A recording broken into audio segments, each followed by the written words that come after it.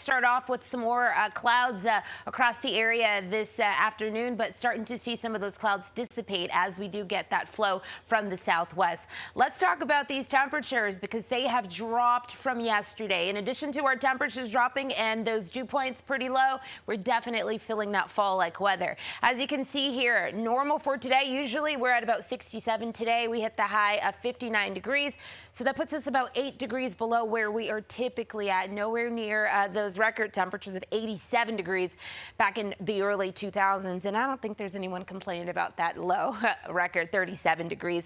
Sunrise and sunset getting closer and closer. We're pretty much at about 12 hours of equal lightness and darkness. So sun setting in just about less than an hour or so.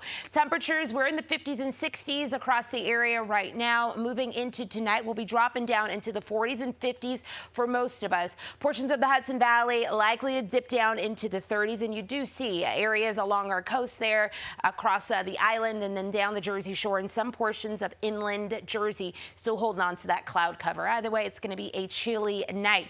Tomorrow, we're expected to drop down about a degree or two cooler than where we were today. So that still does put us in the 60s, but low 60s across our boroughs, Jersey, the Hudson Valley, and the island as well. Dew points will look very similar to today. We were in the 40s and 30s for today. Tomorrow, we're looking at being very dry once again. So we'll take those cool temperatures and dry conditions to get the day started. As we take a look here at our satellite and radar, we are starting to see some of those clouds dissipate the further east they get, pushing in from the west. And those spotty showers that we talked about across the Hudson Valley, they are making their way into the region because of that low pressure system sitting off to the north of us.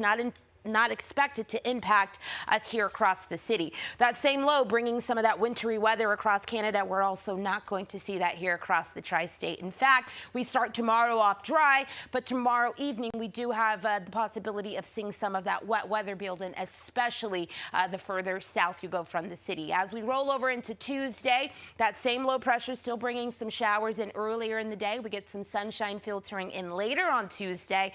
Wednesday, I've been calling it my favorite day of the week. Not because we're halfway done, but because high pressure will build itself in, and that's going to give us another dry day and temperatures seasonable for this time of the year. Thursday, we do have a long front there, and that front does have the possibility of giving us some showers during the evening hours. A quick check in on our tropics. Across the southwest coast there of Africa, we do have a next system producing at about a 40% chance right now. Over the next 5 days, we're expecting to see it increase to about an 80% chance. If it does develop, it does take on the name of Sean. Not expected to impact us here anytime soon. 7-day forecast showing some fall-like weather on the horizon.